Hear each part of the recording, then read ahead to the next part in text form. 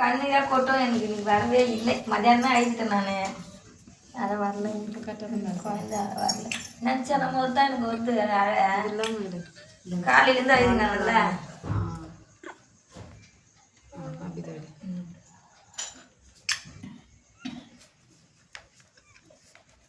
பார்த்து பார்த்து செய்வேன் நான் வந்து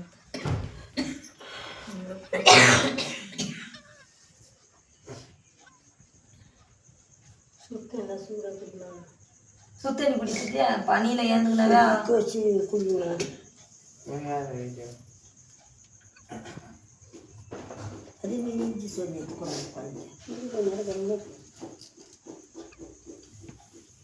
எல்லாருக்கும் பக்கத்தோட இருப்பான், எல்லாரும் நல்லா வச்சுருப்பான், யாரையும் ஒன்றும் பண்ண மாட்டாங்க.